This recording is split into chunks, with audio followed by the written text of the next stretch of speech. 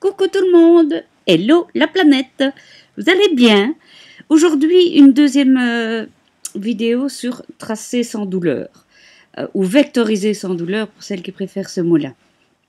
Je voudrais revenir sur une petite chose, parfois je vois des images que vous avez vectorisées pour faire un print and cut ou des choses comme ça, et c'est pas toujours évident d'avoir un tracé net.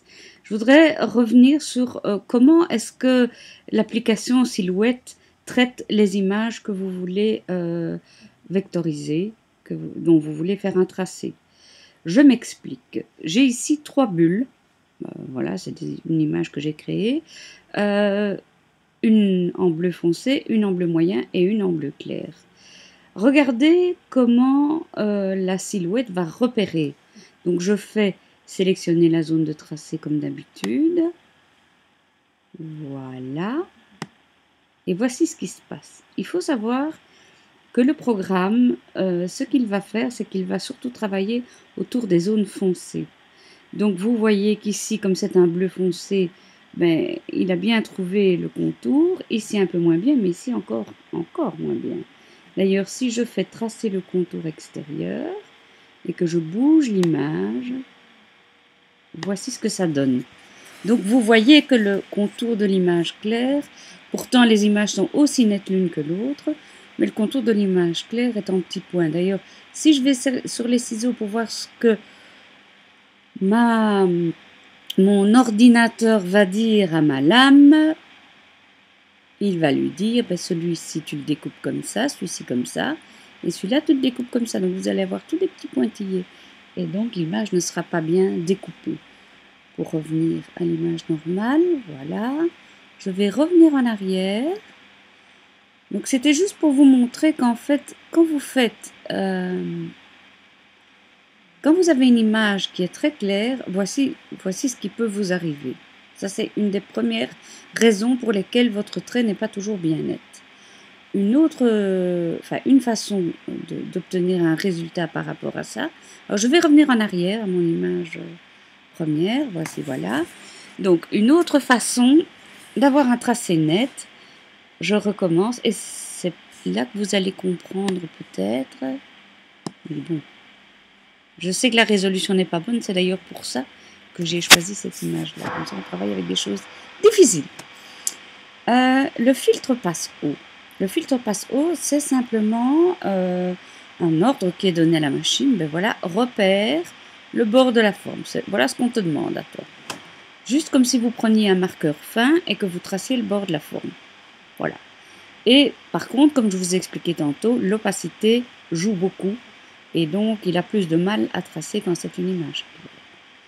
Maintenant, si je l'enlève, voilà quelque chose qui change. On a un tracé intérieur. Mais c'est maintenant que vous allez comprendre à quoi sert le seuil. Vous voyez qu'ici, comme notre image était foncée, il a bien repéré toute l'image.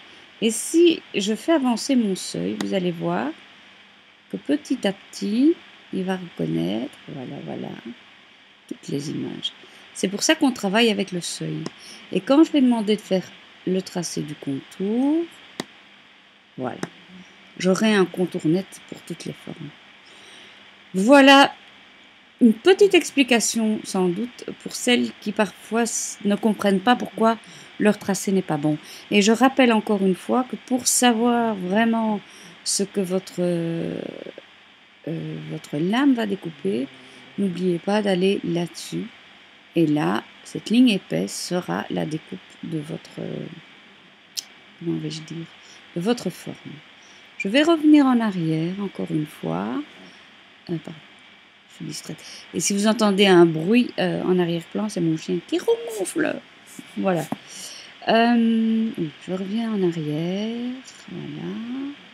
Et je recommence. Je voulais vous montrer autre chose. Là. Si ici je joue avec mon filtre passe-haut. Simplement je joue avec. Je me dis tiens, il ne trouve pas le contour pour la troisième forme. Je vais un peu augmenter. On dirait qu'il a trouvé le contour. Je vais sur tracer. Voilà une autre explication à nos petits soucis. Je déplace ça et voilà. Alors, j'ai déjà remarqué ça plusieurs fois quand on vectorise une image. Voilà ce qu'on obtient. Mais qu'est-ce qui va se passer? Il va se passer que si je vais sur mes ciseaux, eh bien voilà ce que ma lame va découper. Donc je vais y avoir des petits fritouillis ici, je ne sais pas comment vous appelez ça. Et un contour comme celui-là, c'est pas une bonne découpe. Vraiment pas une bonne découpe. C'est pourquoi, soit je reviens en arrière.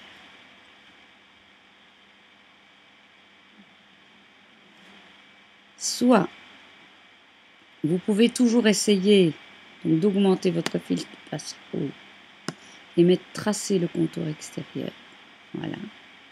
Mais encore une fois, les deux premières sont nettes, mais la troisième, si j'augmente, voilà ce que ça donne. Vous voyez que si vous avez un motif de couleur claire, vous allez avoir ce souci-là.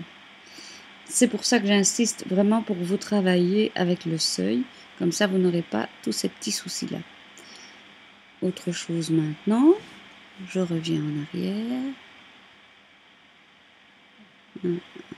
Une chose qui va peut-être vous paraître logique, mais que je voudrais rappeler pour celles qui vraiment débarquent. Hein.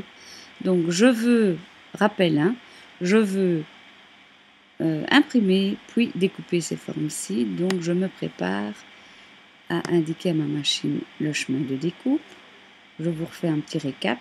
J'enlève le filtre passe haut, j'active le filtre passe bas et je travaille mon seuil jusqu'à avoir le remplissage de mes trois formes. Je fais mon tracé de contour extérieur pour être sûr que tout est bien net comme découpe. Je bouge ça, mais bien entendu, avant d'imprimer, il faut le remettre à sa place. Hein. Sinon, ça va pas marcher. Voilà, j'espère que cette petite vidéo un petit peu technique va vous éclairer sur le fait que parfois les découpes peuvent être de mauvaise qualité et à quoi servent les filtres. Une bonne journée à tout le monde et bon boulot!